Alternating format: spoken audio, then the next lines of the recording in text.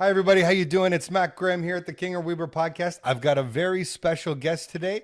He's the owner of Cook Homes. He's celebrating 40 years in business. Mr. Ian Cook, welcome to the show. Well, thank you very much, Mac. It's a pleasure to be here. It's great to have you here. I'm really excited to have you on.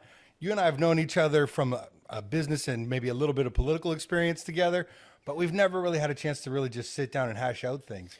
Well, I look forward to, to comparing notes here. Absolutely. Yeah, there's no shortage of things for us to talk about today.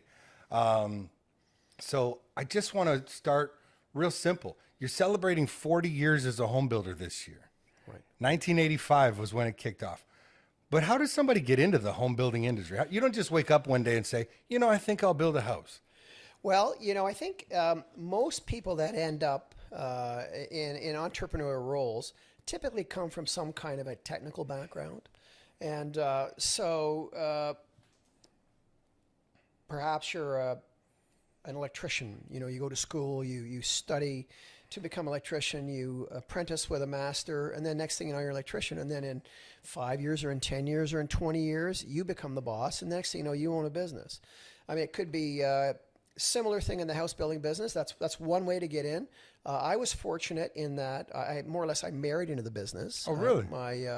My wife's father was a longtime builder developer in the community, and what was his name? His name was Willie Ristow, and he'd been building, since I think he started his business 1964, and so I came along and started dating his daughter and started working with him part-time and kind of learning the business. And I worked a summer with him, and I actually worked about 9 months between high school and university with him as well. And so I got a bit of a snapshot of the business. And then I was in a sales capacity in another employment, and I had the opportunity to perhaps go out west. And then my father-in-law put on the table, well, why don't you come into the housing business? So that's kind of how it started. And, so I'm trying to read the tea leaves here about what you're saying. So you're dating this girl. You're probably pretty crazy about her. Yep. Right? But you're pretty scared about jumping into the family business immediately. Like, I'm not working for my father-in-law. Like, I'm going to go get a sales job. I'm going to find my own way in this thing. Prove that I'm a man. I can do my own thing. Sure. But I mean, what I'll give my father-in-law a lot of credit for is he was, first of all, a huge mentor for me, and what he laid out for me in all of our discussions that we had over the years, he was very direct. He didn't beat around the bush. Didn't mince words. Didn't mince words, and I remember, when we finally formalized a working relationship, he was crystal clear, and he said, a couple of things here, Ian. First of all, this isn't a job for life, and you're going to sink or you're going to swim. So I said, oh, goody, here we go. But in any event, I actually only spent about 2.5 years actually working for him. And then I was fortunate in getting a leg up in that he was in the development business. So he was servicing lots. So then I was able to get some volumes going in the business fairly early on because I wasn't taking a huge risk because I wasn't having to worry about buying a whole bunch of lots. Yeah, more or less being backstopped by him on the lots. But I was independent in my first sale and my first year end, which was ultimately in November of 1986. And we just kept doing the same thing over and over again, and nothing fancy. Where was the first home you built? The first home I built were actually 2 units on a street in Kitchener called Homestead Place, and in the Costain subdivision, the Forest Heights area. Mm-hmm. And it was actually, there was 2 foundations that were backfilled that had been sitting there for probably about 3 or 4 years at that point, where another builder during the early 80s with the pressure on interest rates had gone bankrupt. Yeah, I mean, it would be what, 15 to 17% back then? It was really, really difficult. And if you were in the building business, and in those days they had a different building model. In those days, they would build speculatively, meaning they would build a whole bunch of houses and hope buyers would come along and buy them. So a lot of these guys that were building speculatively at that time ended up getting caught with inventory. And then as rates went up, then they couldn't sell the inventory. The next thing you know, they ended up in trouble. So the developer took these lots back. They had been backfilled such that there wasn't any frost damage, and they did I got a really good deal on these 2 lots, and with the Sort of a distress sale. it was a distress sale, and it really gave me a great jump start. And yeah, and then as they say, the rest is history, more or less, doing the same thing over and over again, but still really, having really enjoying my time. Obviously, I've met a lot of really nice customers over the years. I've had the pleasure of dealing with, some fantastic municipal people, a lot of political people, and obviously, developed some really strong long-term relationships with trades and suppliers, and to this day are my friends. And it's just been a real, it's been a great way to spend my life. And I've been very, very, very blessed, very fortunate, frankly, to find myself here. But you yourself, you don't have a skilled trade. No, not particularly. No, I always tell people that I'm a construction laborer, and I really learned the business working with my father-in-law at the end of the shovel, in the field, and learning a little bit about a number of, I'm the classic, jack of all trades, master of none as it relates to construction. So I know a little bit about foundations and concrete work, and and brick work and framing, and I know I know the points that can create problems in the build, right? And obviously, working in the field ultimately as a site manager, you understand how the pieces fit together, and you're one thing that's very, very important. You can be a very good technical individual in the construction business, but a lot of management, frankly, in any business and at any level, is really psychology. And and your job is to keep everybody pulling in the same direction in the boat, and and being able to diffuse tensions with your workforce. Let's face it, we have all kinds of different personalities, and so you spend a lot of time making sure. My job, frankly, was making sure my trades were happy. Because if my trades were happy, they're doing a good job for my customers. And if my customers get a good job, then they're going to be happy. And at the end of the day, it's all about making sure that your customers are happy.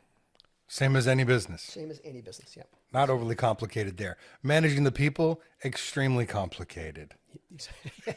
Hit and miss sometimes, but That's the same with But anyway, any industry. of course. But, it's interesting. I find it something I wanted to talk about. I asked Larry Massio about this just a couple weeks ago, a mutual friend of ours. And I'm like, you're a home builder. You're a good guy. Why do home builders get such a bad rap? And developers in general. Why are they painted as such an evil group of people? Well, what do you think? Oh, well, okay. Well, I would say first of all that there's a bit of a delineation. Okay, I think home builders. There's still some element of being noble to being a home builder, but developers are generally, in the vernacular, they are used in negative messaging. Okay, media directs negative messages at the development business, and I just think it's the way it goes, and there's always I think when I don't think there's enough appreciation for when people are having to meet payroll and having to pay bills and having to to work to achieve an outcome. I just don't think at times there's enough of an appreciation, certainly not in the media, which works its way down to the general society about the risks that people take. And it's not just home building, it's really any business. But home building, because of the involvement that the development industry has at a political level, I mean, really, the number one issue that municipal government deals with is development approvals. Okay? And because it's so front and center, sadly, they become targets. And some of them, I'll be quite frank, I mean, I've watched a number of people in the business over the years, and they deserve to be viewed as pariahs. Okay, but by and large, and I say this not just from the standpoint of home building, but I say this at the macro level, at a societal level. We all want the same thing, right? We all do, right? You know, we want a future for our family. You know, we want to do our thing that we can at the level that we can in our community, right? You know, we want a happy, stable life, right? And you know, and we have to, you know, we have to make a living and provide for our families like the next guy does, or the next lady, or whatever. So I just think that when you step back from it all, it does at times seem unfair when anybody gets tarred with the same brush that isn't necessarily appropriate. But what I will say, sort of to take the comment a little bit one step further, is in the same token that a group can be caught up in negative messaging, okay, at the same token, policy can shift 180 degrees. And that's really what's interesting now, Mac, and I'm seeing it crystal clear in the media, is how all of a sudden the political messaging and the policy is all about housing now. It's let's do whatever we can. Let's throw all of the regulation in, you know, in the toilet. Let's do whatever it takes to get housing approved, right? So it's kind of done a 180, which is really interesting, and I'm really seeing that lately. And Well, in 2022, the Doug Ford government, the progressive conservatives here in Ontario, made a commitment to building 1.5 million homes in 10 years. But we're not meeting those targets. well, no, we're not, of course. We're not getting there. Nobody's buying right now. Nobody's built. Well, this is what I'm hearing. You're telling me. Well, no, it's. I mean, the challenge. I mean, the housing business, at the end of the day, is all about confidence. And I don't want to go so far as to say it's a confidence game, okay? But it really is about confidence. Okay? For sure. And people need to first of all think that in the house that they're building, it reflects fair value, okay? And you know, and that when they're at the time that they're buying in, are they getting good value? All right, is it a good time to buy? And then there's the variables like interest rates. Okay, where are interest rates today? Where are they going to be in 6 months? Right? Are we going up? Are we going down? Okay, but most importantly, the overarching item that applies to confidence is economic confidence. Okay, and right now there are a lot of challenges on that front. I mean, I think it's a very difficult time to be directing government policy as a result of economics. Right? I think it's very challenging, and but I am, you know, there's the old expression, you know, when times are good, you think they're never going to end, and when times are bad, you think they're never going to end, but they always do. Okay. Winter always ends, spring always comes. Well, exactly. So, you know, we are obviously, you know, facing some very serious challenges, especially on the trade file right now. I mean, that you know, this region, I believe, and you know, I'm going to speak off the sort of my brief read in the KW record, but I believe about 25% of our manufacturing jobs in Waterloo Region here are directly tied to exports to the United States. Okay? So that's you know, if we're no longer able to export it, you know, cost effectively to the United States, we've had that currency advantage, we've had that productivity advantage in a lot of ways because of our healthcare system and a bunch of different things, and we've had the quality of our workforce, okay, the education of our workforce, okay. We've had distinct advantages in exporting into the U.S. market. But when someone comes along and says, you know, arbitrarily, well, no, we're going to charge you 25%, you know, how do we get out from under that?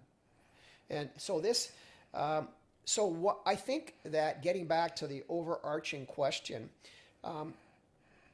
we've got political stability now, I believe, because we've had an election. Well, we've got a majority government here in Ontario. Yep. We've got a near majority in Ottawa. Yep. We've got a move towards housing. Right. I would argue that both our governments are pro-housing. Absolutely, they are. Absolutely. We've got some buy-in at the regional level too. Each municipality is a little different. Right. But overall, I I would say we have some approval. But there still seems to be a backlash on how much there should be in development charges. Well, yeah, but so development charges are always a challenge. And taxes. I should include Yeah, development property, charges yeah. and taxes. Exactly. I mean, I would suggest that that municipal government in particular is not able to say no like they need to. Okay, and what I'm talking about there is that we continue to expand the level of service for whatever reason, if it's internal staff pressures, if it's internal political pressures, or if it's external pressures from constituents. Okay, we do not seem to be able to rein in the level of service. Whenever I speak to a municipal politician, I ask them the same question when I meet them face to face. I say, what is the role of municipal government? Right. What is, and very few are willing to even give a complete answer on this. Well, Because in my opinion, safe roads and streets, clean roads and streets, clean drinking water, and a safe supply of electricity. yeah, well, at a certain point, that's all. I mean, there's a few other things we've got to throw in the mix, but generally That should be the core. Like, I mean, when we're exactly, getting you've so gotta far get outside of it, and as we get, the problem is as we get outside of the delivery of core services, the core services that we do deliver, we don't necessarily deliver them with value. Okay, and I think that, I mean, when I look at specific infrastructure projects, and because I'm in the development business, you know, I know when I see, in particular with surface finishes, you know, with road works and sidewalks and that, you know, I know what I've a sense that that's going to cost a whole lot more than what the alternative might be, right? And then when I go into a new arena pad complex, for example, or you know, we could go on and on and on and talk, but we are because of the nature of municipal government funding and mill rate control. Okay, there is no incentive. There doesn't seem to be any political incentive to not be more fiscally responsible with outcomes. I mean, and that's kind of that's the long and short of it. I don't, you know, I mean, it doesn't. well, you bring up arenas, and I can't help but think about this when I think of arena. The big arena push in Ontario, and I think nationwide, really took place at first during the centennial year in 1967. That's Yes. when we saw arenas get built all across. And it wasn't a municipal initiative, it was a federal initiative. And the federal government kicked out funds to everyone, to municipalities large and small, with a fundraising component by the community. Right? Now, when we're building, like there's a new place that's getting built in Southwest Kitchener, the brand new facility, multi-million dollars, all coming from property tax. It's all been added to the municipal levies. And not only did it cost multi-million dollars to design and to build and to get the approvals, but then the city is going to be paying for all of the maintenance as well. And all of the staffing. There'll be no volunteer programs. Like a lot of communities, you look at like Wellesley or like small towns. I grew up in Strathroy. That's, you know, little towns. It was volunteer based. You know, we worked as a community to keep these places running. Now it's like, no, we need to have staff. They have to be full time. They have to have benefits. They have to have a supervisor. And this is how administrative bloat occurs.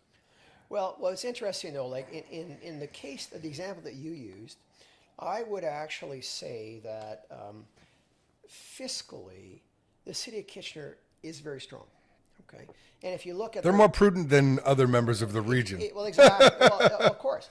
And I mean, and because they have the critical mass of population, because they have the gas utility, okay, they have a few things that other municipalities don't have, and frankly, they're politically very stable. Kitchener has got a, you know, I don't want to take anything away from any of the other politicians, but in particular, there's long-standing political stability in Kitchener, both at the staff and at the political level, and you know, and I think that they are.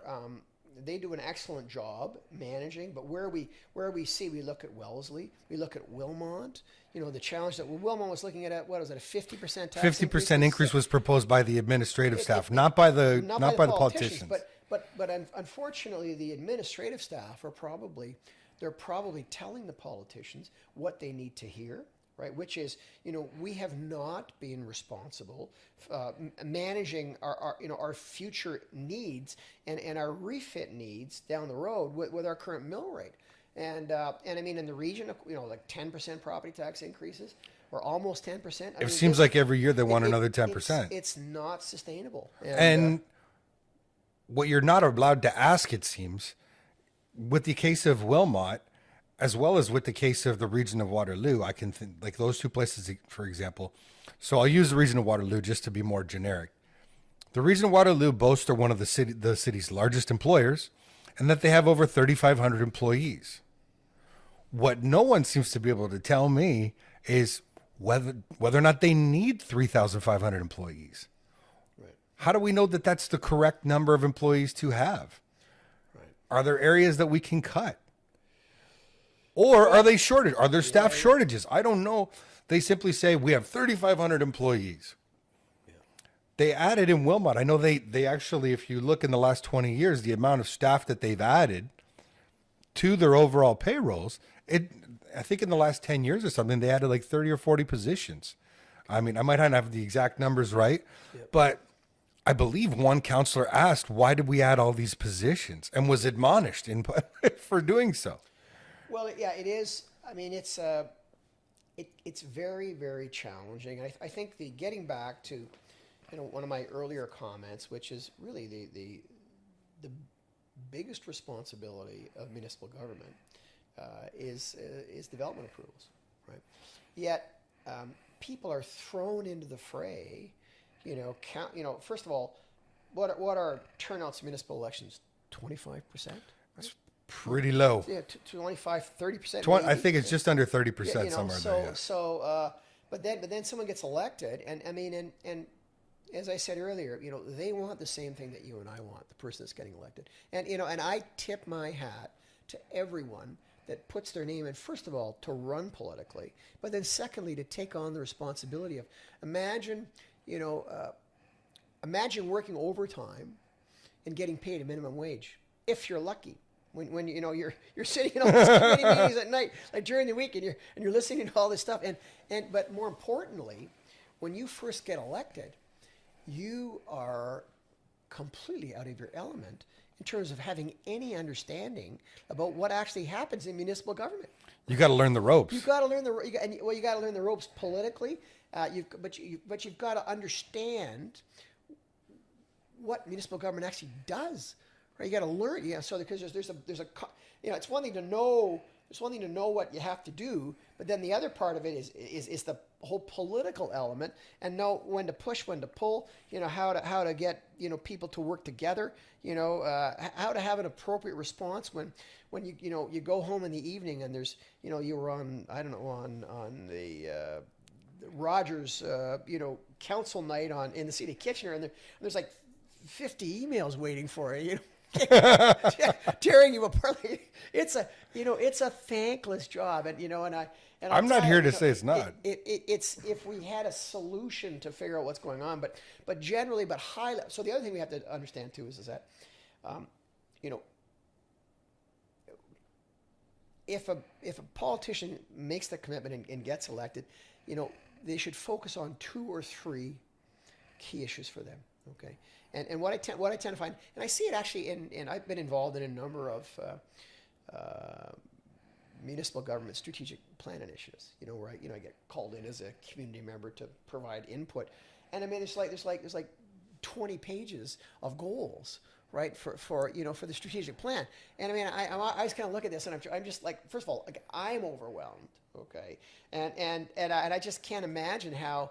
What value there is in setting all these goals when it's going to be hard to achieve 4 or 5 of them, let alone 20 of them. Right? There seems to be a desire to be all things to all people. Exactly. And I guess I'm coming from a different perspective. I'm looking for municipal government to be less things to all people. Right.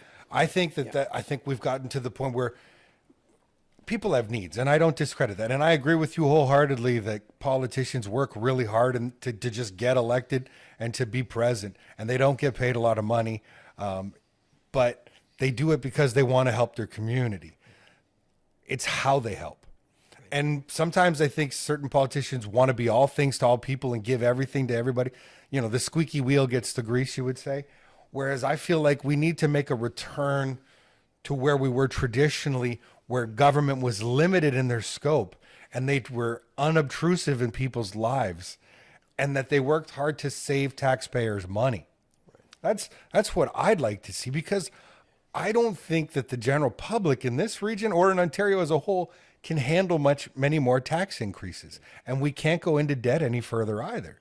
So when I keep hearing an additional 10% tax increase or 22% over 3 years in Waterloo, like I just I get nervous, because I don't think that the average person can handle much more burden on their financial plate. And we're already talking, like, we got away from this topic, but development charges on a property. Right. You're building these homes. Right. Your margin, from what I'm reading, again, according to the Waterloo Record, great people at the Waterloo Record, your profit margin's about 8 or 9%, is what I'm reading in the paper, on average. Yep. Development fees on a $900,000 property are in the ballpark of about $250,000 between municipal and federal and provincial charges. Yep. Yep. Well, $250,000. To put it into, just stark reality here, I paid less than $250,000 for my first house. Right. And now that's just the cost before you put a shovel in the ground. Well, yeah. I mean, there's no question that there's a couple of topics there that we could delve into. But let's just talk about the development charges first. Mm-hmm. Okay? And the I think first of all, there was a long time where municipal government did not increase taxes more than 2% for a long time. Okay, but what they did is they pushed it off and pushed it off and pushed it off, and now we have the situation that we have in Wilmot. Okay, but they also were adding services. Well, yeah. I mean, so what they were doing, though, of course, is that they were getting or given the ability at a certain level to fund some of those capital projects and fund some of those, we'll call them more soft costs, through the development charge account. Okay, and the intent of the development charge account is to provide services that are specifically related to development, that are not being borne on the back of the taxpayer. Okay, so for example, you've got a pumping station, or sorry, you've got a sewage treatment plant. Okay, and it's got, there's 100,000 people pooping into that sewage treatment plant. Okay, so but all of a sudden the sewage treatment plant is full. Okay, so but we want to build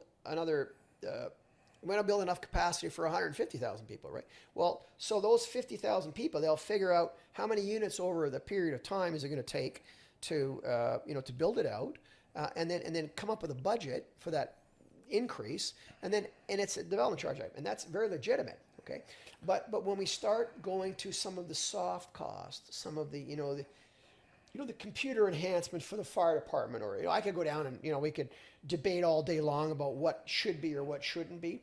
The development charge account, in my view, very much became overburdened with costs that weren't necessarily directly related to development, to hard infrastructure. Yeah, they got tied too much into soft infrastructure. Okay, so that's. I would agree. I mean. And sewage treatment, absolutely necessary. Electricity, for sure. We're going to need those.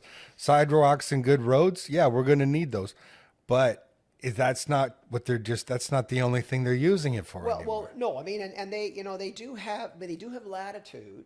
But what we're seeing at the provincial government level is we are seeing an effort to get this more back on track. Okay, they're saying, no, we can't. You can't do that anymore. We're rewriting the development charge. We've got a bunch of different pieces of legislation that we're trying to rein this in.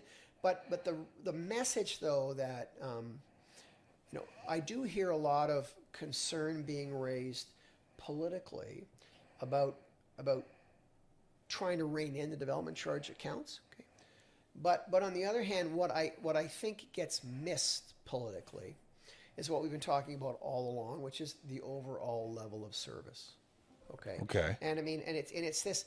We have to step back and stop looking at always increasing from the point that we're at now, and perhaps rebuilding what is a reasonable level of service here. What does it cost? Okay, and can we afford it? Now the good news right now, because there's not a lot going on right now in the development business, I know a firsthand example of a major piece of infrastructure in Northwest Waterloo that went to tender a month ago, and the budget on that item was $30 million. The tender was awarded at less than 20. Okay, so in that case, okay, like the budget of the development charge account was $30 million, but now it's only 20. So that's actually a win for the development charge account. Okay, and we're going to have a bunch of other wins, but the point is that it's not a chance to okay, well, let's add more to the account now. Well, that's the danger, and I see this because I sit on some boards too. Is sometimes like, oh, we saved 10 million. Oh, where can we spend that? No. Yeah, but I think that it is really the other problem that municipal government has, any government has as it relates to development charges is it's predictive, right? You're saying that we're going to spend over the next 10 years. We're going to spend $100 million on infrastructure, on capital, on development charge related items. Okay. And then what they say is, and we're going to build over the next 10 years, we're going to build 30,000 housing units. Okay. So then you take $10 million or $100 million and you divide it by 30,000 housing units, and that's your development charge cost. Okay. Plus interest. I'm being very, very simplistic, but that's really how it's calculated. Right? So there's an element of, first of all, you're predicting future costs. Okay, which is difficult to do. Very. As I just mentioned it, in this particular case of this tender that was just closed, it worked out very well for the city. Okay, but on the other hand, you're also dealing with the market forces. And are you going to get, and the city of Kitchener last year, I believe, met their construction targets. Okay, but the city of Waterloo and the city of Cambridge didn't. Right, and I mean, and unfortunately, it's no fault, or it's not unfortunately. The reality is, it's no fault of either the city of Cambridge or the city of Waterloo. It's just they just either didn't have enough inventory, or they didn't have enough buyers. The nature of the inventory that was available. Okay, and it's not so much that it was approved or not approved. I mean, the market just isn't there. Right, and one thing I do get, I feel. I feel bad in a way at the municipal level when they're taken to task for saying, well, you have to build 3,000 units. That's the target for you. Well, that's what they did in Moscow in 1955. Okay, right? They predicted. They told you, and you built it. Otherwise, you went to the gulag. But I mean, here it's a market economy, right? So how do you it is what it is. Well, the thing and. What I keep seeing, and I see it from every level of government, is I think part of the housing problem that we're in, and that's a long discussion to have for maybe another day, but it has to do a lot with government intervention into home building. And so I don't understand how the solution to government intervention is more government intervention. Well, true. That's a good point. But one thing I will say, and no, so I'm with you on that. When you're saying yeah. when the Ontario government says to the Waterloo government, you need to build 3,000 homes, that's government intervention, and that's unnecessary. At the same time, when the municipal governments like Waterloo say, well, we need to do another study, we need to do more review, we need to take this to another committee. Yes. That's government intervention as well. When the Bank of Canada sets interest rates, that's government intervention. Yes. When CMHC increases the amount of mortgages they're going to cover, that's government intervention. Right. So,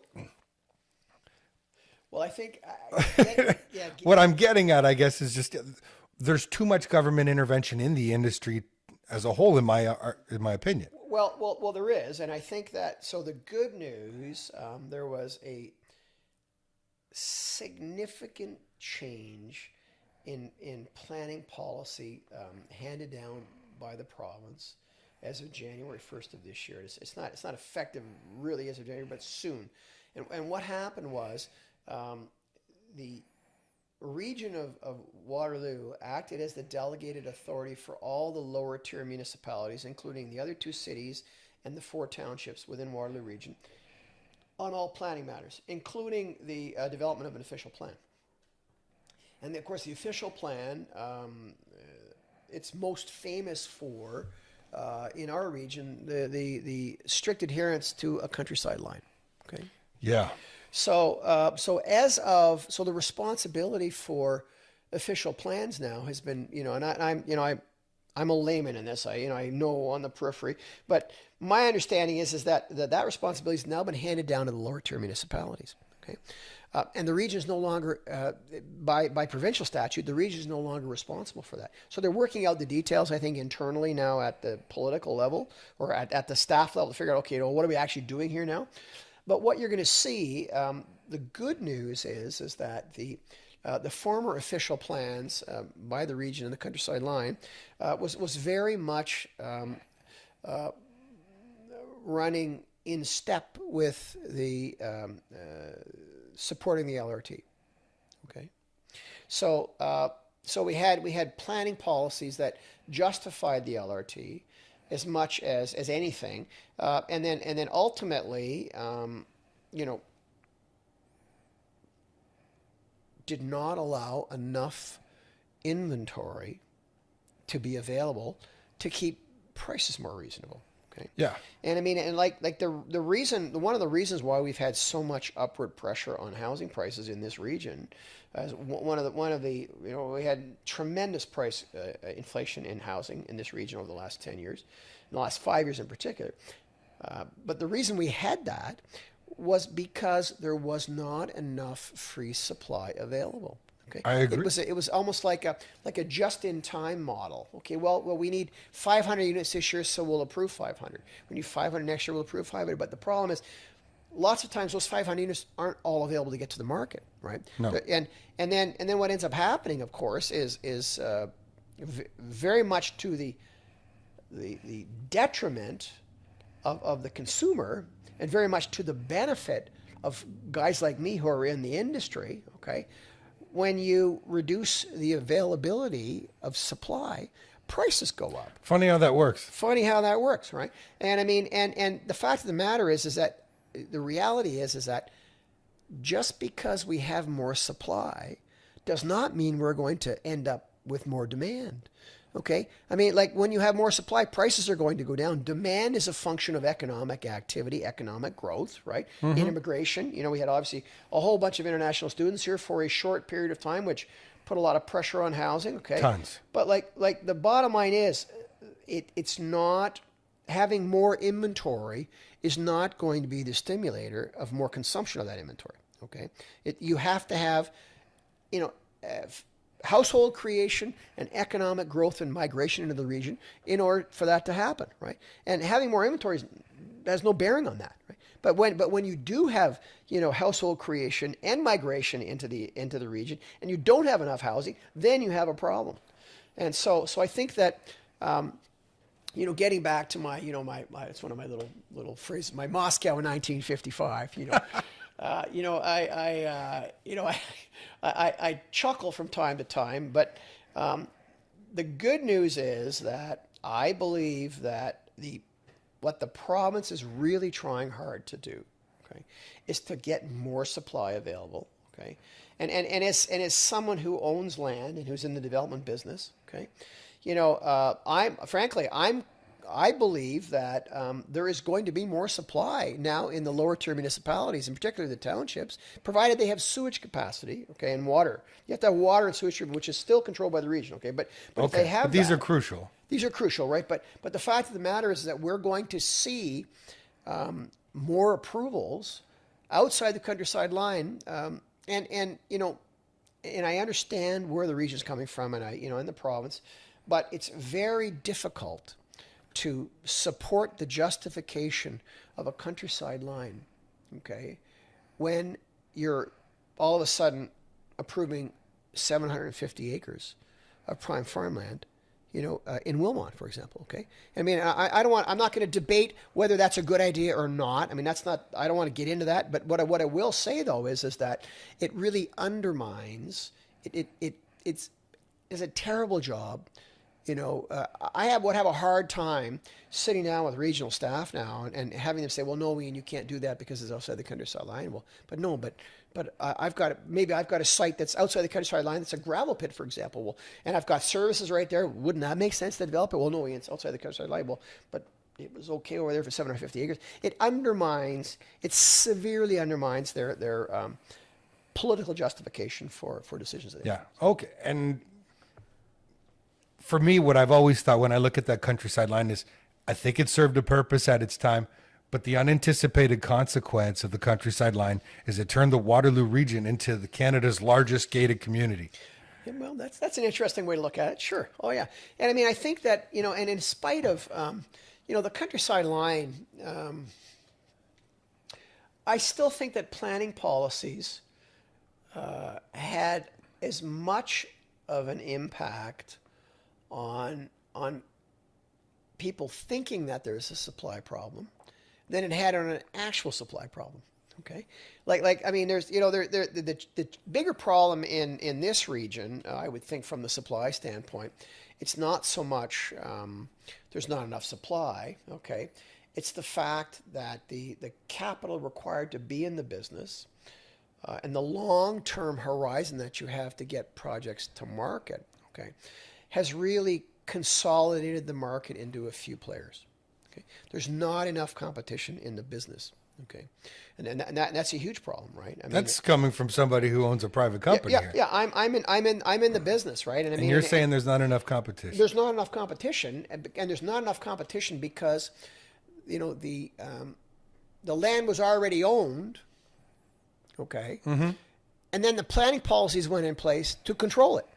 Okay, so now it's already owned, and there's other players that could come in the market and provide more supply and get, prices perhaps down to where they want. And believe me, I want people to be able to afford to buy houses. Okay, I want the same thing for my customers and for the other people in the community that I have had the opportunity to have. Okay, but on the other hand, I mean, I'm not, I'm obviously I'm in business, and You're not going to work for free. I'm not going to, I'm not going to advocate, that, oh, gee, let's just give it all away from me. That's not the way the market works, right? But on the other hand, sometimes getting back to this notion that there's a whole bunch of things wrong, there's not a lot of things that necessarily need to be tweaked.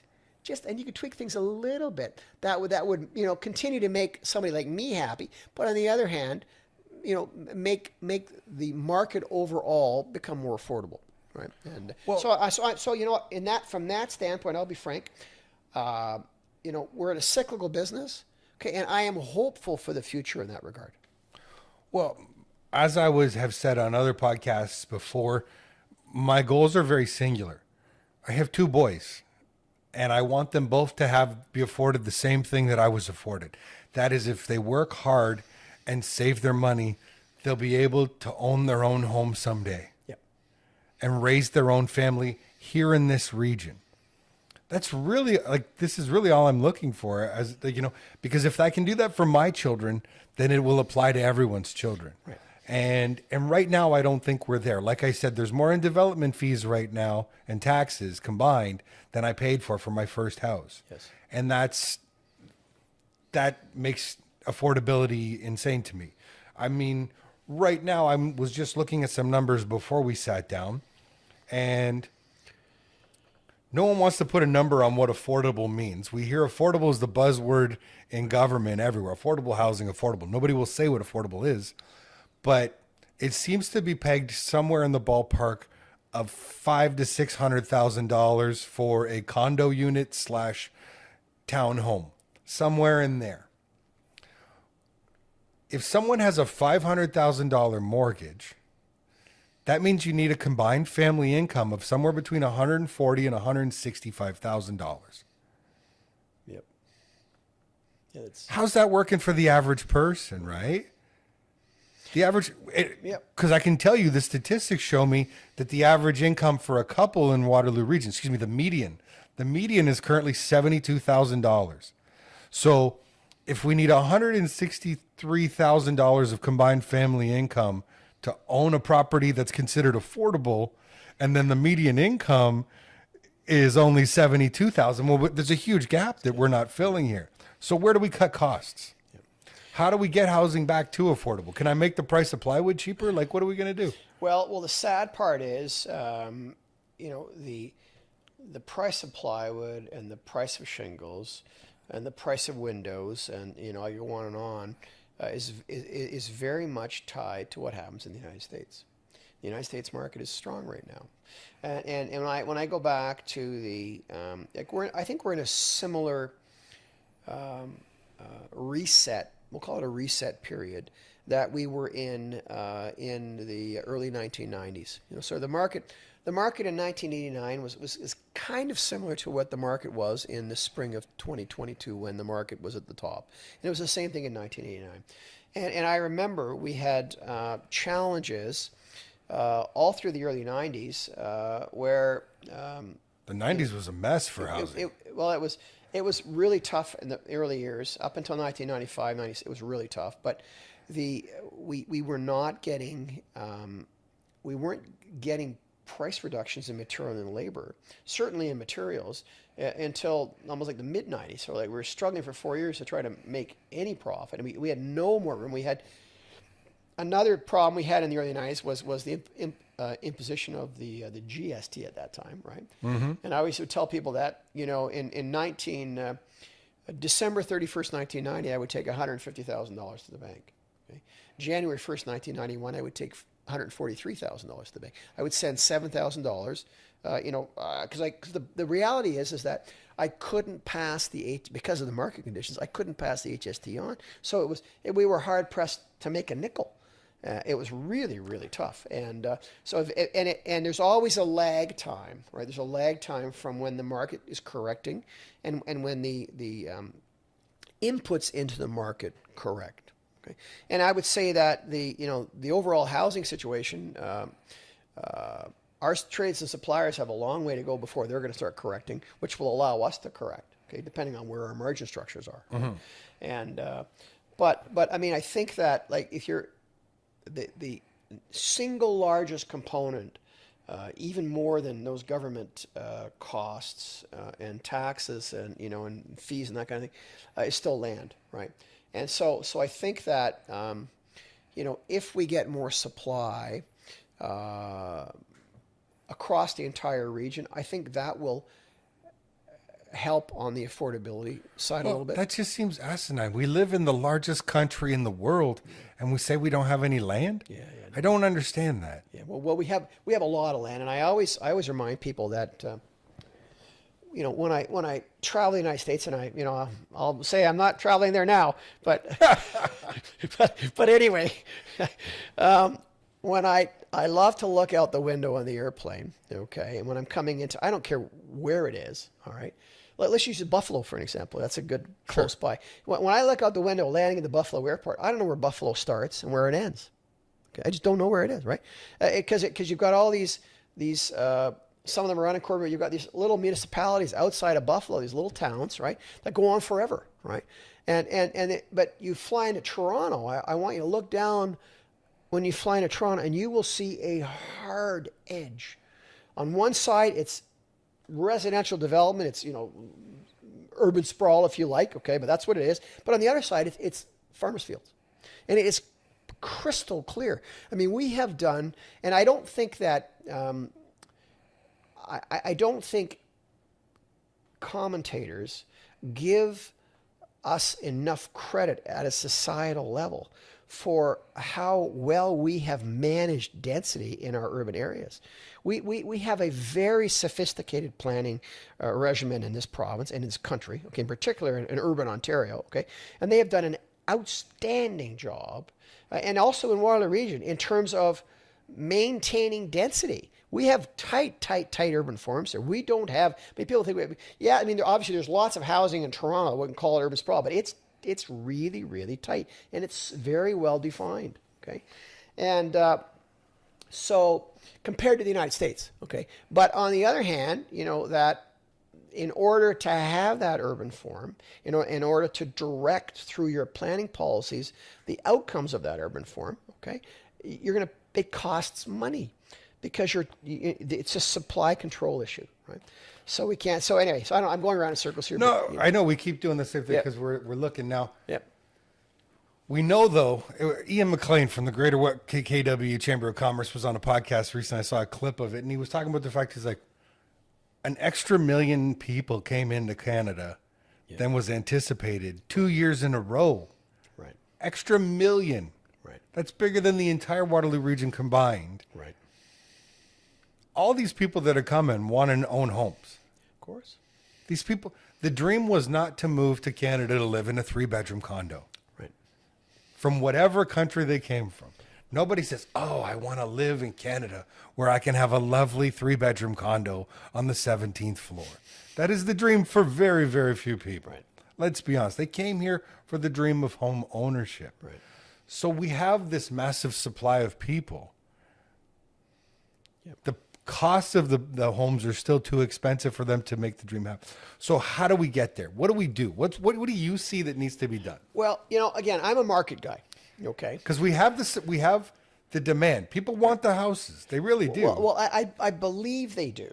Okay. But I mean, fundamentally, we have to either inflate away through increased earning power.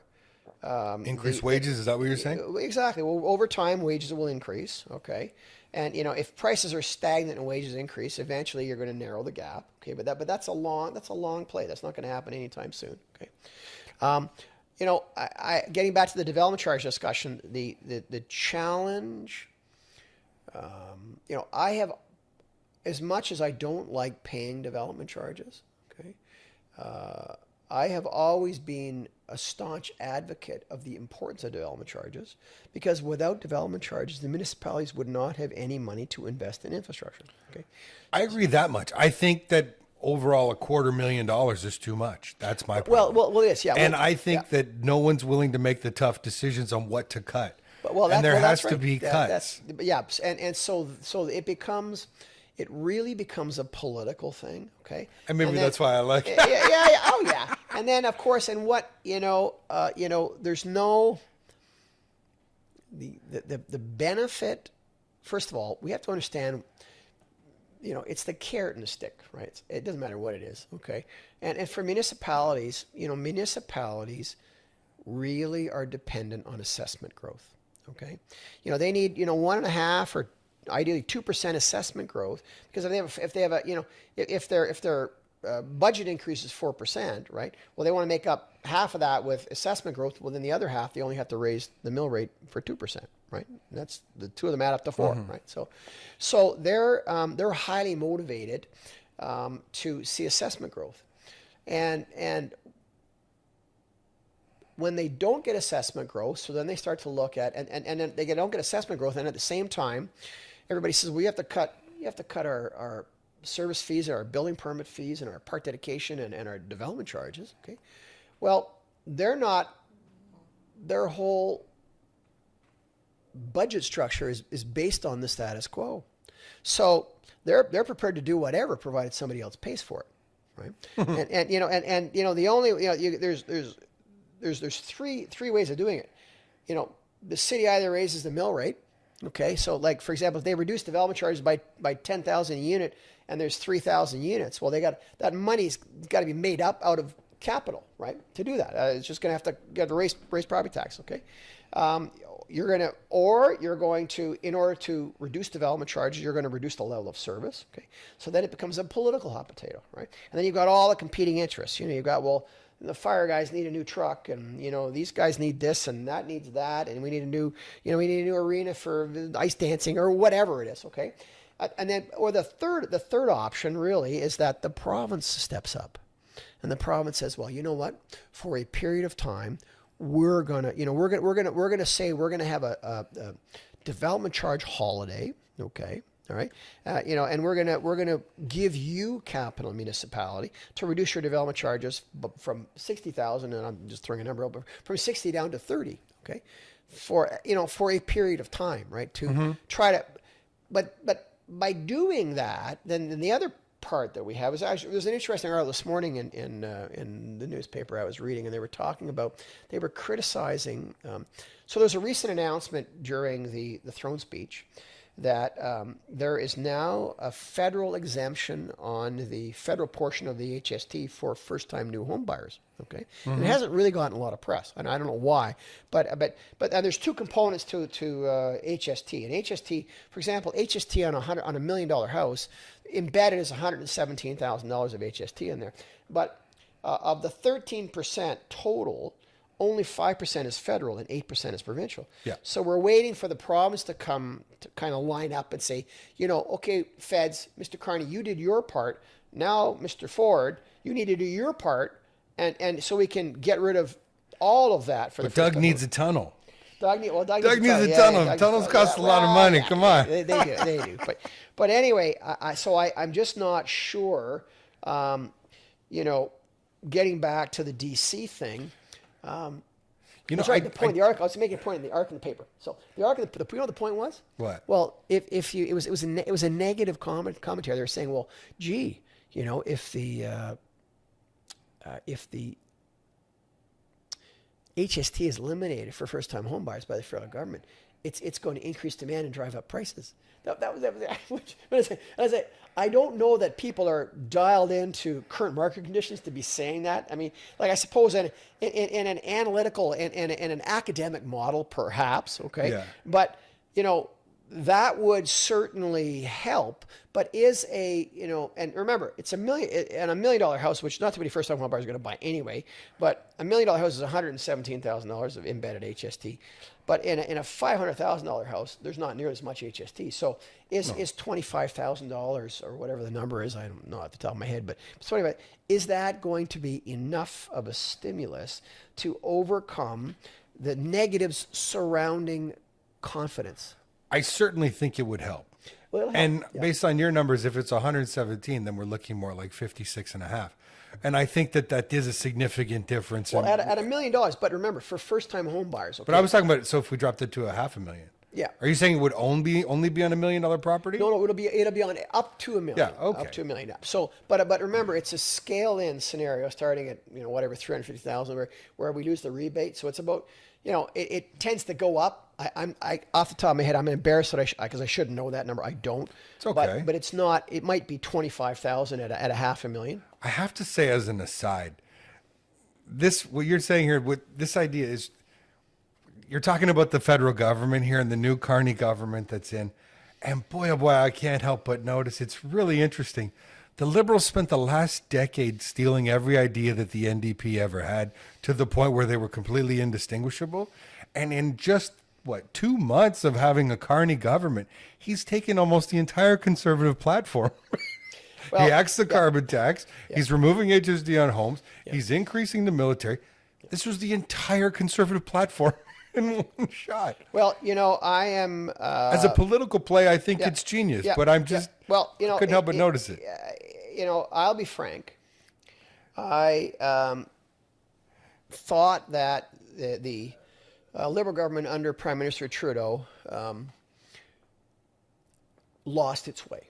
I'll be frank. Okay. Oh yeah. And I'm not afraid to say that. I think they were not the centrist party that they traditionally were. No, they became a socialist party. Well, they basically, you hit the nail on the head.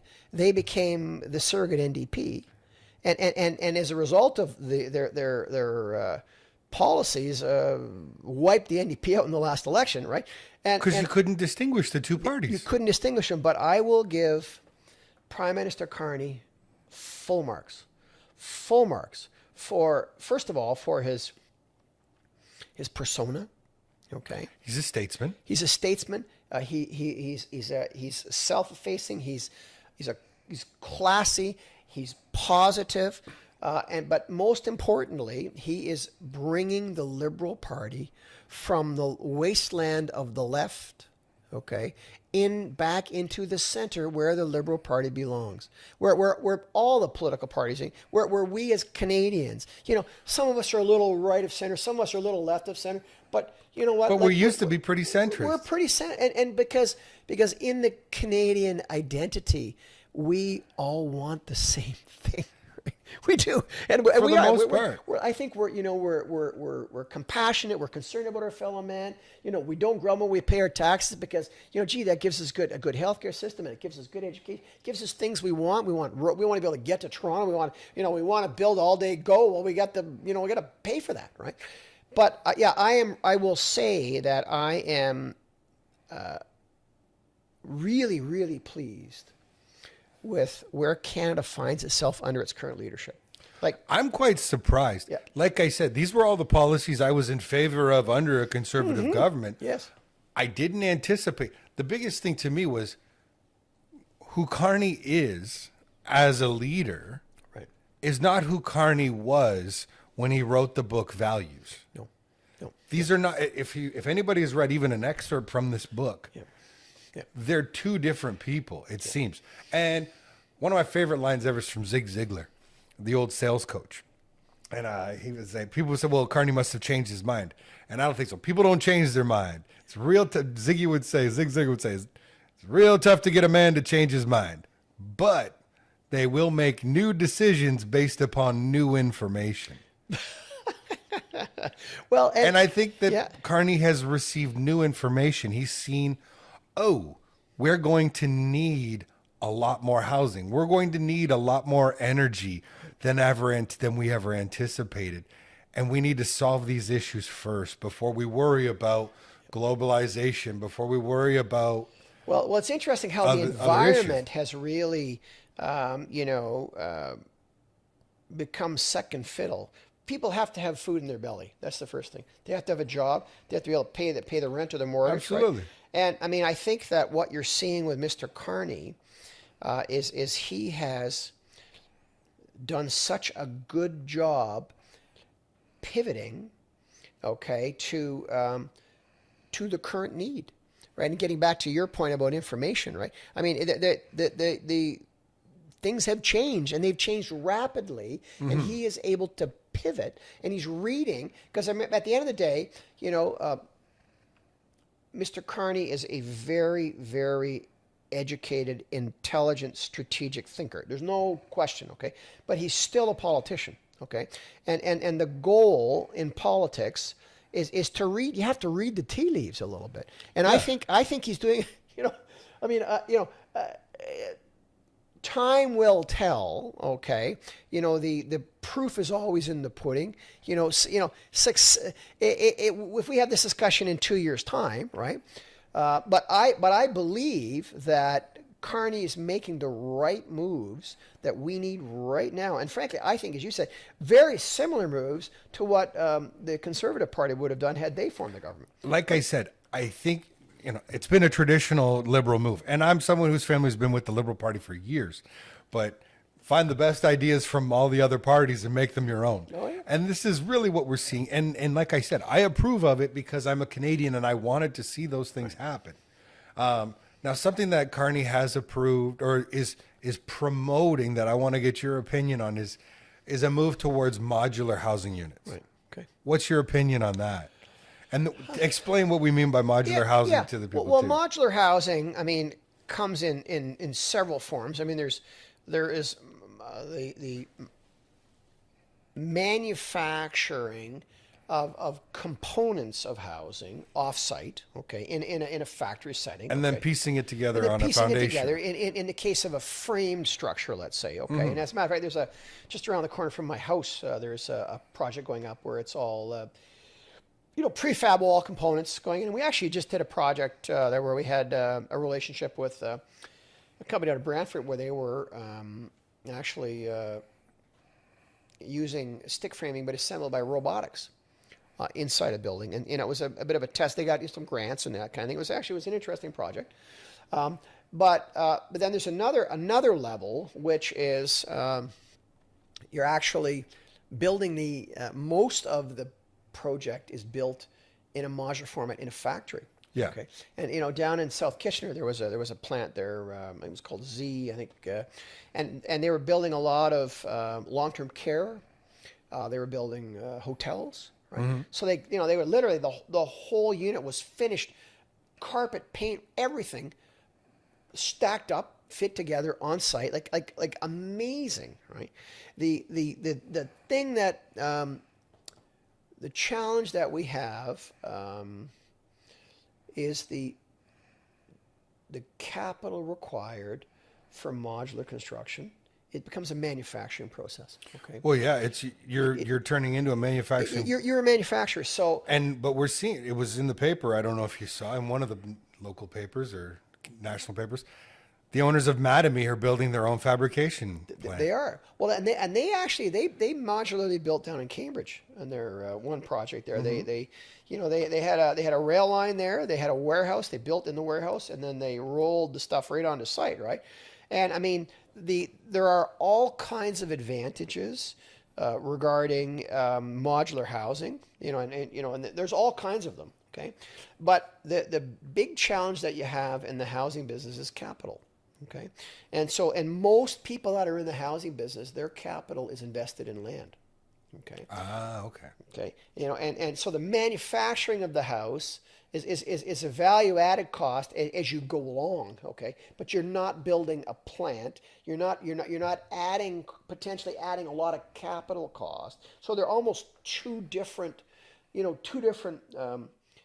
business units, if you will. Okay. So it would be I think the challenge for most current stick build greenfield developers is figuring out how they're going to come up with a capital to build the infrastructure to build modular housing. So I think over time we're going to see more and more and more of it be factory built. Okay, and starting, for example, trusses, like the roof trusses are all built in the factory. Okay, but we're going to see modular floor systems. We're going to see modular walls, those kinds of things. Coming out on a flatbed truck, hoisted up with a crane and put together. That'll be the first step, and then I mean there are physical issues with the module, the size of the unit that you're building modularly to get it on site, right?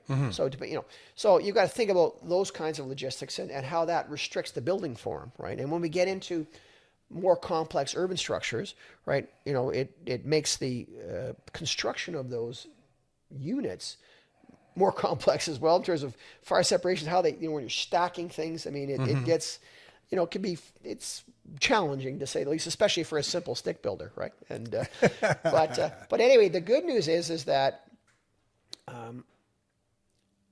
it's a challenge for assembly of components in winter conditions in Canada. Okay. In terms of like framing crews, right? I mean, guys are, go down the list of anything to do with the construction of the shell in cold weather, in rainy weather. I mean, it affects quality control, and it's tough to get people to want to do that kind of work. It's hard work. It's hard work, right? Whereas if you can move some of those costs, reduce your labor costs, because labor costs are very high in the field. However, you don't have the capital costs associated with the plant and equipment for modular. So guys working in a factory, I'll guarantee you, a laborer doing assembly work in a modular housing factory is getting paid a whole lot less than the same laborer is going to be, or a carpenter is going to get paid on site.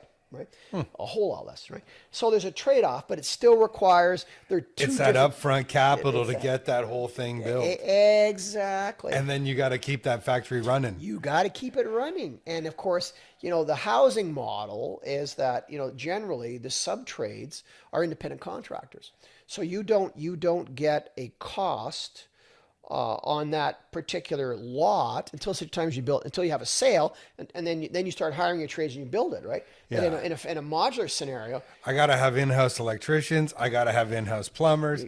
I got to have in-house carpenters. Exactly. It completely changes the business model, and can increase the risk. I'm not sure about the, I haven't, over time, the market will determine over time whether or not it's cost effective. It'll be interesting to see. Yeah. Any other trends in housing that we should know about? Well, I think... Is there anything we didn't talk about yet today that you think the public needs to know? Yeah, I think one part of the market that I think has been problematic is that so much of the high-rise market, and frankly, so much of the stacked townhouse condo market, okay, the units have not been built for buyers. They've been built for investors. Okay. Aha. Okay.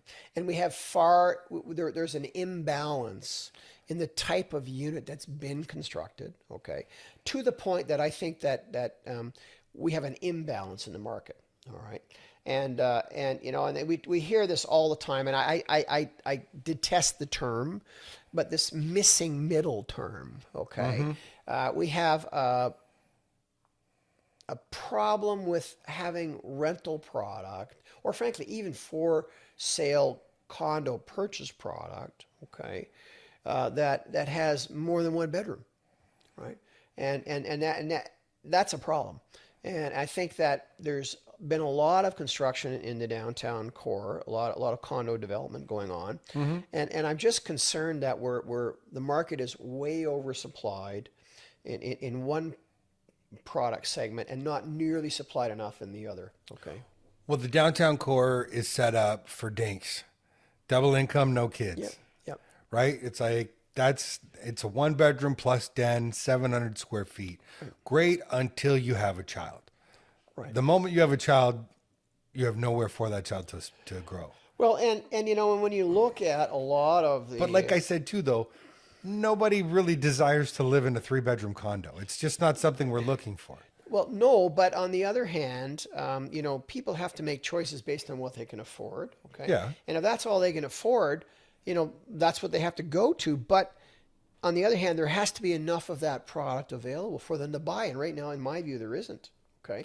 And when you look at in particular, our new Canadians, you know, I would say as a rule, new Canadians are having more children than, you know, Canadians that have been here for a few generations. Okay. Oh, the birth rate is a big problem in this country. You know, we could talk about that for an hour and a half. So if the supply, if the people looking for the supply are new Canadians, because you know it's either an immigrant or somebody migrating to this community or a new household creation, okay, but mainly immigrants, okay, that you know that are tending to have more children than non-immigrants, yet we're building all this housing for no children, right?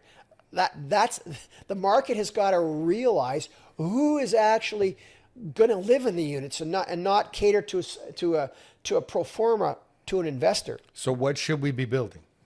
Well, we really have to be building units that are appealing to families. Yeah, we just don't have enough of it. And I mean, I think that getting back to that, I mean, the missing middle thing, I mean, there's you know, if you can build the stuff cost effectively, okay, I believe that there is a real hole in the market for, you know, entry level people to get into the housing market where there's enough space in that dwelling unit to accommodate their family. Look at this whole neighborhood. This whole neighborhood that we're in. I just banged the microphone. Sorry, everybody listening. But if you look at this whole neighborhood we're in, everything here would be considered a wartime starter home. Absolutely. Yep. Why don't we build any more of these? Because it's not cost effective? Well, the challenge with this kind of housing, okay, And they're on big lots too, by the way. This is when land was cheap. Yeah. Well, exactly. This was, you know, when we really had a lot of land in this country. Yeah. Okay, and when we, yeah, I mean, it's a different time. So what you have to do is you have to start with what is the need. Okay, so that's the first thing. What is the need, right? And then come up with the best housing form that meets that need at the most cost effective way to construct it. So that's really, you know, and I mean, and they're gonna ultimately, like I'm a strong believer in the market, okay, and the market will correct, and the market will ultimately, people will identify the opportunities in the market. You know, the industry, you know, people like me. I mean, I'll be frank, I'm a little old now, you know, but You said it, not me, but okay. well, I did, but I mean, but the point is that, you know, there are a lot of very, very smart, very creative people in the business. The business is a whole lot different than when I started out. Okay, when I started out, there was, you know, many builders, small builders. Okay, you know, that were tradespeople. They came up, you know, through the business. Start as a bricklayer and then get enough to buy a lot. You build your own home. Exactly. But now it's a completely different business. Now it's a much more sophisticated business. It's an integrated business where the builders are also developers. Okay, they develop the land and then they build on their own lots. Okay, they're much bigger companies. They're much more sophisticated. Understanding trends. So I mean, with all of that, I'm very hopeful for the industry, and as we talked about earlier, I believe that all levels of government are very much on side to improve the affordability and availability of housing, such that that we can provide that Canadian dream in a form that is achievable for most people.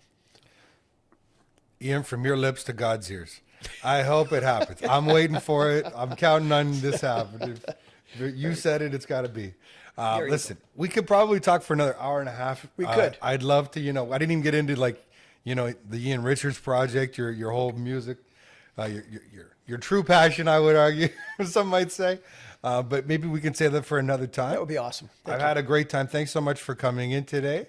Okay. Thanks to everybody for tuning in. I hope you have a great week. Bye-bye. Thank you so much. Thanks, Ian. That was great.